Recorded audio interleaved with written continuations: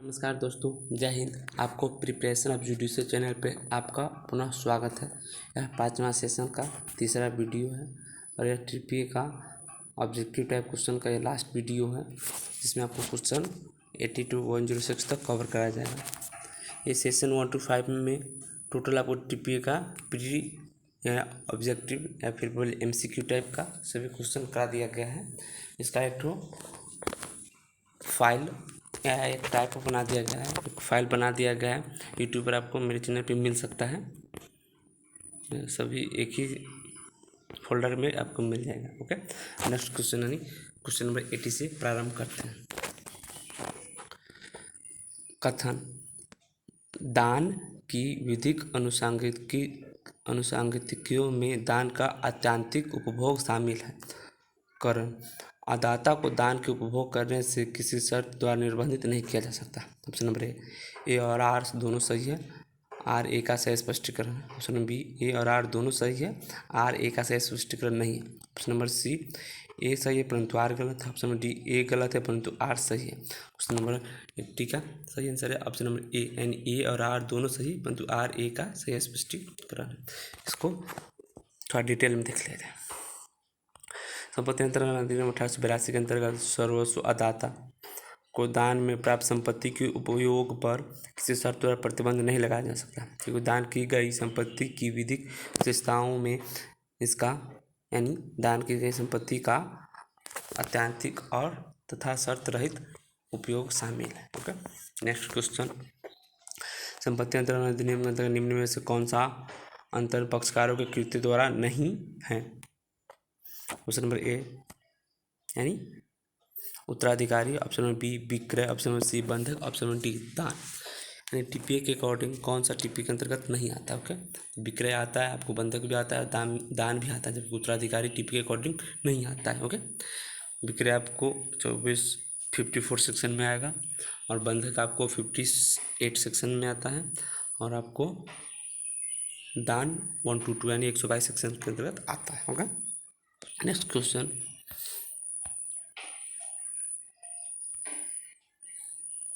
सूची 1 को सूची 2 से सम्मिलित कीजिए तथा सूचियों के नीचे दिए गए कोड की सहायता से सही उत्तर चुनिए।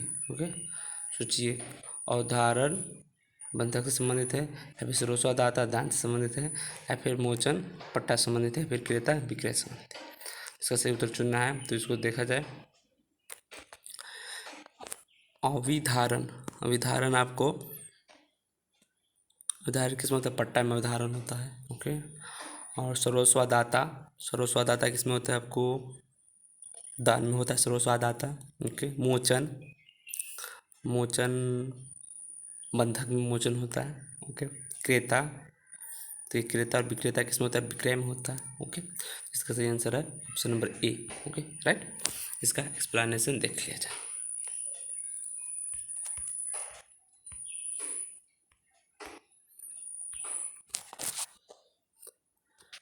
संपत्ति अंतरण अधिनियम की धारा 105 में परिभाषा पट्टा से सर्वस्वदाता, धारा 128 में जो पूर्ण संपत्ति के दान से मोचन 60 में है, तथा बंधक से जो संपत्ति अंतरण 58 में है, तथा 55 में क्या है? क्रेता। नेक्स्ट क्वेश्चन 83 निम्न में से कौन सा दान संपत्ति अंतरण अधिनियम से शासित नहीं होता है? निम्न में से कौन सा दान जिस पर संपत्ति अंतरण अधिनियम लागू नहीं होता है? यानी नीचे जो 4 ऑप्शन है उसमें से कौन से ऑप्शन पे टीपी लागू नहीं होता? ऑप्शन नंबर ए दुर्घर दान, ऑप्शन नंबर बी असंमरण दान, ऑप्शन नंबर सी सर्वस्वदाता, ऑप्शन नंबर डी अनर्ह व्यक्तियों के दान। इसका सही आंसर है ऑप्शन नंबर डी, यानी अनर्ह व्यक्तियों के दान में टीपी लागू नहीं होता, जबकि दुर्घर दान में लागू होता है, असंमरण दान पर भी लागू होता है, सर्वस्वदाता दान पर भी लागू होता है। आपको टीपीए सेक्शन 127 में दुर्घर दान बताया गया है, वही 128 में सर्वस्वदाता बताया गया है। ओके, जबकि 129 में बताया गया असंमरण द्वारा दान के बारे में उपबंध किया गया। ओके, क्योंकि अनर्ह व्यक्ति को दान टीपी में कहीं बताया नहीं गया। Okay, next question. संपत्ति अंतरण अधिनियम की कौन सी धारा मुस्लिम विधि के नियम को संरक्षित करती है एवं धारा 123 जिसमें अचल संपत्ति का दान पंजीकृत विलेख के माध्यम से ही किया जाना अनिवार्य है प्रायोज्यता से छूट प्रदान करती है? ऑप्शन नंबर ए धारा 126, ऑप्शन नंबर बी धारा 127, ऑप्शन नंबर सी धारा 128, ऑप्शन नंबर डी धारा 129। तो इसका सही आंसर है ऑप्शन नंबर डी यानी धारा 129 में यह बताया गया है कि दान के विषय में की गई कोई बात मोहम्मदन विधि पर प्रभाव नहीं डालेगी, अर्थात दान के विषय में मुस्लिम विधि के नियम को संरक्षित किया गया है। साथ ही असन मरण दान को जो मृत्यु को निकट मानकर किया जाता है उसे भी पंजीकृत विलेख के माध्यम से किए जाने की अनिवार्यता से छूट प्रदान करती है। Okay, next question, question number 85। एक अनुज्ञेय दावा का अंतर, ऑप्शन नंबर ए पंजीकृत लिखित द्वारा किया जा सकता है, ऑप्शन नंबर बी अंतरणकर्ता द्वारा हस्तांतरित लिखित से किया जा सकता है, ऑप्शन नंबर सी दो साक्ष्यों से अनुप्रमाणित पंजीकृत लिखित से किया जाएगा, ऑप्शन नंबर डी मौखिक करार द्वारा किया जाएगा। तो 85 का सही आंसर है ऑप्शन नंबर बी यानी एक अनुज्ञेय दावा का अंतरणकर्ता द्वारा हस्ताक्षरित लिखित से किया जाएगा। Okay, next question, question number 86। अनुज्ञेय दावा का अंतरण निम्नलिखित में से किस तरीके से किया जा सकता है, ऑप्शन नंबर ए मौखिक करार द्वारा, ऑप्शन नंबर बी पंजीकृत लिखित द्वारा, ऑप्शन नंबर सी अंतरणकर्ता द्वारा हस्ताक्षरित लिखित से, ऑप्शन नंबर डी दो साक्षी द्वारा प्रमाणित पंजीकृत लिखित से। तो इसका सही आंसर है ऑप्शन नंबर सी यानी अनुज्ञेय दावा का अंतरण अंतरणकर्ता द्वारा हस्ताक्षरित लिखित से किया जा सकता है। टीपीएक सेक्शन 130 के अंतर्गत बताया गया है, इसमें है कि अनुज्ञेय दावा का अंतरण अंतरणकर्ता द्वारा या उसके द्वारा सामयिक रूप से प्राधिकृत अभिकर्ता द्वारा हस्ताक्षरित एवं लिखित रूप में किया जाएगा। लेकिन इसका अपवाद है, इस धारा की कोई बात किसी समुद्री बीमा या अग्नि पॉलिसी बीमा अंतरण को लागू नहीं है और न बीमा अधिनियम 1938 की धारा 35 को बंद पर प्रभाव डालता है। ओके, नेक्स्ट क्वेश्चन, अनुज्ञेय दावा के संबंध में धारा 130 संपत्ति अंतरण अधिनियम का अपवाद क्या है?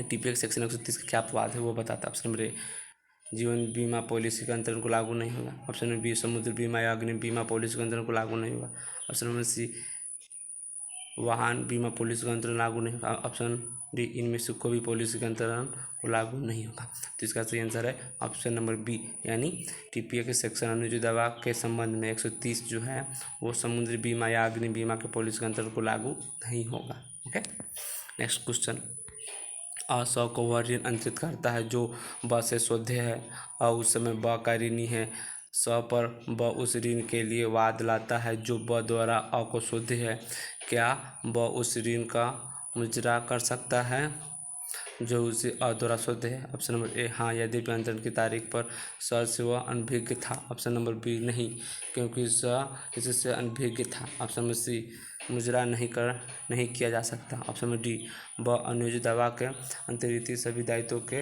अध्ययन ग्रहण नहीं करता। तो 88 का सही आंसर ऑप्शन नंबर ए यानी हाँ यद्यपि अंतरण की तारीख पर से वह अनभिज्ञ था। ओके, इसका एक्सप्लेनेशन देख लिया जाए। संपत्ति अंतरण अधिनियम 1882 धारा 132 के दृष्टांत 1 धारा 132 अनुज्ञेय दावा का अंतरण के दायित्व के बारे में प्रावधान करती है।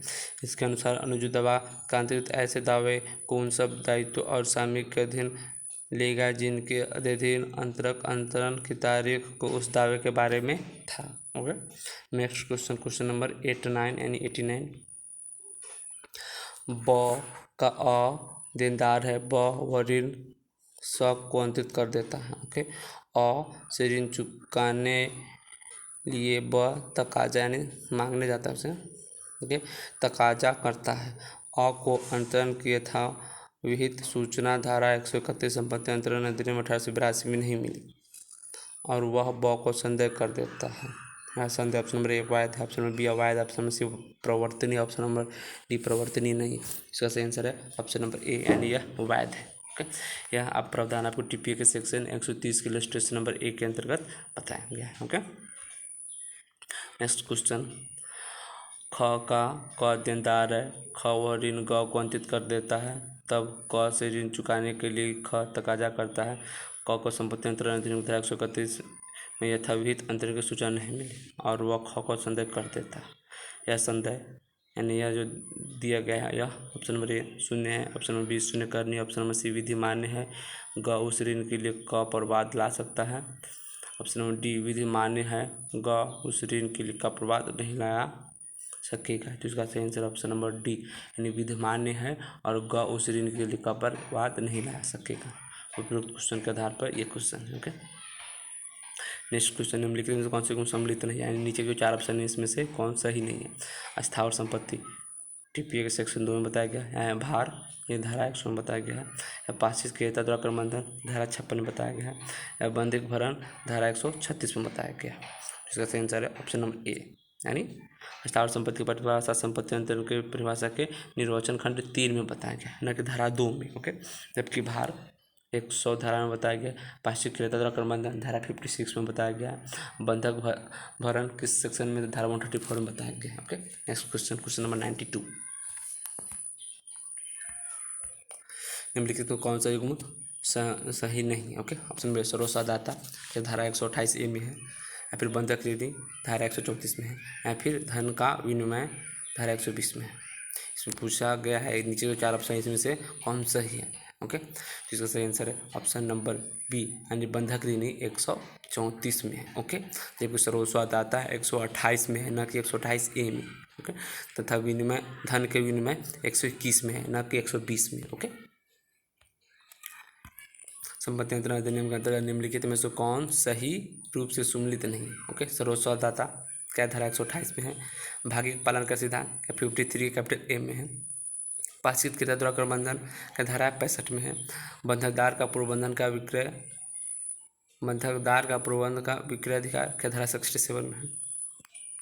नीचे के जो 4 ऑप्शन है उसमें से ये पूछ रहा है कौन सा सुमेलित नहीं है, यानी कौन गलत है। ओके, तो इसमें गलत है आपको क्वेश्चन ऑप्शन नंबर सी, यानी पाशित क्रियता द्वारा क्रमबंधन का जो सिद्धांत बताया गया है सेक्शन 65 में ना होकर 56 में है।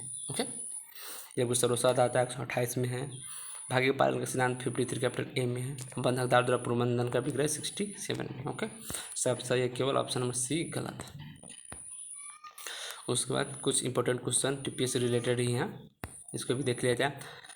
94 संपत्ति अंतरण अधिनियम के प्रावधान लागू नहीं होंगे। ओके, ऑप्शन नंबर ए, जहाँ न्यायालय की डिग्री के निष्पादन में संपत्ति का अंतरण हुआ। ऑप्शन बी, जहाँ न्यायालय के आदेश द्वारा दिवाली की संपत्ति प्रापक में निहित होती है। ऑप्शन सी, जहाँ पक्षकार के कार्य द्वारा संपत्ति का अंतरण किया गया। ऑप्शन डी, इच्छा पद के अनुसार उत्तराधिकारी में। तो इसका सही आंसर है ऑप्शन नंबर सी, यानी संपत्ति अंतरण अधिनियम के प्रावधान वहाँ लागू होंगे जहाँ पक्षकार के कार्य द्वारा संपत्ति का अंतरण किया गया। ओके, वहीं पर टीपी लागू होता है। नेक्स्ट क्वेश्चन, क्वेश्चन 95, संपत्ति अंतरण अधिनियम के उपबंध लागू होते हैं अंतरणों पर। ऑप्शन नंबर ए, स्थावर संपत्ति के अंतरण पर लागू होते हैं, या फिर ऑप्शन बी, मात्र जंगम संपत्ति के अंतरण पर लागू होता है। ऑप्शन नंबर सी, जंगम स्थावर दोनों संपत्ति के अंतरण पर लागू होता है, या फिर ऑप्शन नंबर डी, स्थावर एवं जंगम संपत्ति के परंतु कुछ उपबंध स्थावर एवं जंगम दोनों संपत्ति के अंतरण पर लागू होते हैं। तो इसका सही आंसर है ऑप्शन नंबर डी, यानी संपत्ति अंतरण अधिनियम के अंतर्गत उपबंध जो लागू होते हैं अंतरणों पर स्थावर एवं जंगम संपत्तियों के परंतु कुछ उपबंध स्थावर संपत्ति एवं जंगम दोनों संपत्तियों के उपबंध पर लागू होते हैं। नेक्स्ट क्वेश्चन, क्वेश्चन नंबर 96,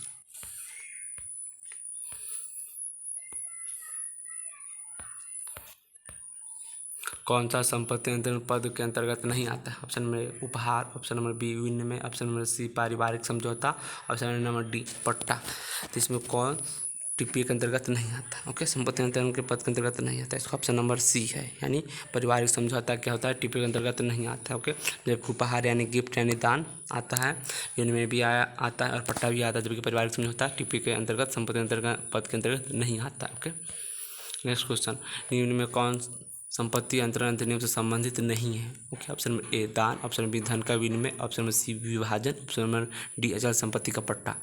यानी नीचे के 4 ऑप्शन है, इसमें से कौन है जो टीपीए के अंतर्गत नहीं आता है। ओके, ऑप्शन नंबर ए दान तो आता है, धन का विनिमय वह भी आता है, विभाजन नहीं आता है, लेकिन अचल संपत्ति का पट्टा यह जरूर आता है। ओके, तो इसका सही आंसर है ऑप्शन नंबर सी। ओके, धारा 122 में आपको धन का विनिमय मिलेगा, जबकि 118 में अचल संपत्ति का पट्टा मिलेगा, वही 105 में क्या है 122 में दान मिलेगा। टीपीए सेक्शन 122 के अकॉर्डिंग दान मिलेगा, 118 में विनिमय मिलेगा धन का, तथा 105 में मिलेगा अचल संपत्ति का पट्टा। ओके, नेक्स्ट क्वेश्चन, प्रतिलिप्याधिकार लेखक की मृत्यु के पश्चात जारी रहता है। ऑप्शन नंबर 50 वर्ष तक, ऑप्शन नंबर बी 60 वर्ष तक, ऑप्शन नंबर सी 70 वर्ष तक, ऑप्शन नंबर डी 75 वर्ष तक। तो इसका सही आंसर है ऑप्शन नंबर बी, यानी प्रतिलिप्याधिकार प्रतिलिपि अधिकार लेखक की मृत्यु के पश्चात जारी रहता है कितने वर्ष तक? तो 60 वर्ष तक जारी रहता है। प्रतिलिपि अधिकार अधिनियम धारा 24 के अनुसार लेखक की मृत्यु के पश्चात 7 वर्ष तक 60 यानी 60 वर्ष तक जारी रहता है। Okay, next question, question number 99, निम्नलिखित में से कौन सा विषय संपत्ति अंतरण अधिनियम से संबंधित है? ऑप्शन नंबर ए विक्रय, ऑप्शन नंबर बी पट्टा, ऑप्शन नंबर ए विक्रय, ऑप्शन नंबर बी बंधक, ऑप्शन नंबर सी पट्टा, ऑप्शन नंबर डी ये सभी, यानी ये अब इसका सही आंसर ऑप्शन नंबर डी, यानी टीपीए के अंतर्गत विक्रय, पट्टा और बंधक सभी आते हैं। ओके, 54 के अंतर्गत विक्रय आता है और 58 के अंतर्गत बंधक आता है, जबकि धारा 105 के अंतर्गत क्या आता है? पट्टा आता है। तीनों टीपीए के अंतर्गत शासित होता है, टीपीए के अंतर्गत आता है। ओके, नेक्स्ट क्वेश्चन 100 यानी 100, संपत्ति अंतरण अधिनियम का कौन सा संबंध नहीं होता, यानी जो नीचे से जो है अंतरण है 4 ऑप्शन है, इसमें से कौन जो है जो संपत्ति अंतरण अधिनियम का से कोई संबंधित नहीं होता है। ओके, जैसे वायु से, जल से, प्रकाश से, इनमें से सभी से। इसका सही आंसर है ऑप्शन नंबर डी, यानी इनमें से सभी से। टीपीए नहीं तो वायु से अंतरण से संबंधित है, ना ही जल से अंतरण से संबंधित है, ना ही प्रकाश से अंतरण से संबंधित। ओके, व्याख्या देखी जाए, प्रत्येक संपत्ति स्वभावतः अंतरणीय होता है तथा संपत्ति अंतरण अधिनियम के अंतरण पर भी प्रभावी है। संपत्ति अंतरण अधिनियम 1882 धारा 6 में क्या अंतरित किया जा सकेगा के बारे में प्रावधान किया गया है। धारा 6 के अंतर्गत संपत्ति के अंतरणीय के अपवादों का भी उल्लेख किया है। इसके अंतर्गत उन संपत्तियों को गैर अंतरणीय घोषित किया गया जिसका अंतर उनकी स्थिति में प्रकृति के खिलाफ है, जैसे हवा, पानी, प्रकाश आदि। रेस कम्युनिस्ट ऐसी संपत्तियाँ जो प्रकृति की देन है, इन्हें ना कोई दे सकता और ना ले सकता है, अतः वायु, जल, प्रकाश आदि प्रकृति चीज का अंतरण अधिनियम के अंतर्गत होता नहीं होगा, यानी टीपी के अंतर्गत वो नहीं आता। ओके, नेक्स्ट क्वेश्चन, ब द्वारा अनधिकृत अ ब की ओर से स्थावर संपत्ति खरीदता है जिसे ब पर विलंघन की सूचना है, बाद में ब उस क्रय का अनुसमर्थन करता है और मूल्य चुका देता है। इन परिस्थितियों में विधि यह मानती है कि ऑप्शन नंबर ए यानी अ प्रारंभ से ही ब का अभिकर्ता था, ऑप्शन नंबर बी अ प्रारंभ से ही ब का अभिकर्ता नहीं था, ऑप्शन नंबर सी अ का ज्ञान ब पर थोपा नहीं जा सकता, ऑप्शन नंबर डी उपयुक्त सभी।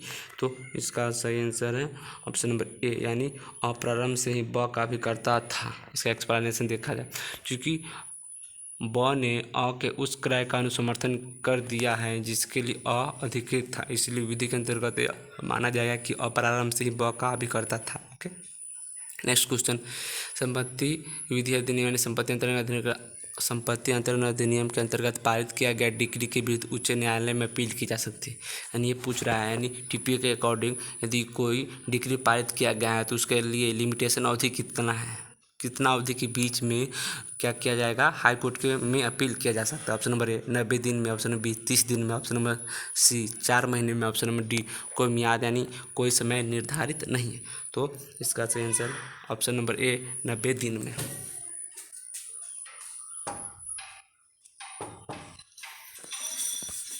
Next question, what would be status of a lease of an immovable property on the expiry of a fixed term lease of the high community in the possession? Option A unauthorized occupation, tenant of the holding over, option A tenant at surface, option number B license। इसका सही answer है option number C, यानी tenant at sufferance. Okay, next question,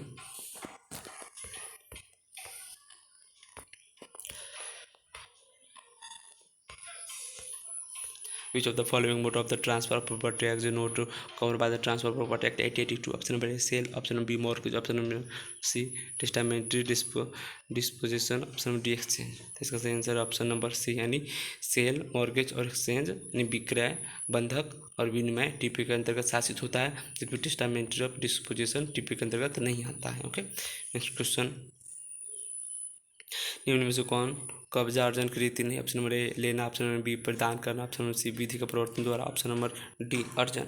इसका सही answer option D, यानी अर्जन क्या है, कब्जा अर्जन की रीति नहीं है, जबकि लेना भी रीति है, परिधान भी रीति है, विधि के प्रवर्तन द्वारा भी अभी रीति, जबकि अर्जन रीति नहीं है। ओके, इस सेशन का लास्ट क्वेश्चन। ओके, टीपीए का लास्ट क्वेश्चन, किसी संरक्षक को आवश्यक किसी संरक्षक को आवश्यक की संपत्ति का हस्तांतरण का अधिकार नहीं है। ऑप्शन नंबर ए प्राकृतिक संरक्षक, बी वस्तुतः संरक्षक, सी कानूनी विभाग, सी न्यायालय द्वारा नियुक्त संरक्षक। इसका सही आंसर है ऑप्शन नंबर बी, यानी वस्तुतः संरक्षण को क्या है, आवश्यक की संपत्ति का हस्तांतरण का अधिकार नहीं है, जबकि प्राकृतिक संरक्षण को अधिकार है। कानूनी विभाग को भी अधिकार है, न्यायालय द्वारा नियुक्त संरक्षण को भी अधिकार है कि आवश्यक की संपत्ति का हस्तांतरण किया जा सके, लेकिन वस्तुतः संरक्षक का अधिकार नहीं है। ओके, हिंदू प्राप्ति एवं संरक्षण अधिनियम धारा 11 के अनुसार अवैध की संपत्ति का वस्तुतः संरक्षक द्वारा किया गया अंतरण शून्य होता है। ओके, टीपी के जितना भी क्वेश्चन हो सका, एमसीक्यू, प्री या फिर ऑब्जेक्टिव टाइप क्वेश्चन मैंने आप लोगों के समक्ष पेश किया, और आप लोगों को इस चैनल पे मेरे द्वारा डाला गया वीडियो पसंद आता है तो प्लीज़ चैनल को सब्सक्राइब करें और बेल आइकन को दबाएं। Thank you for watching.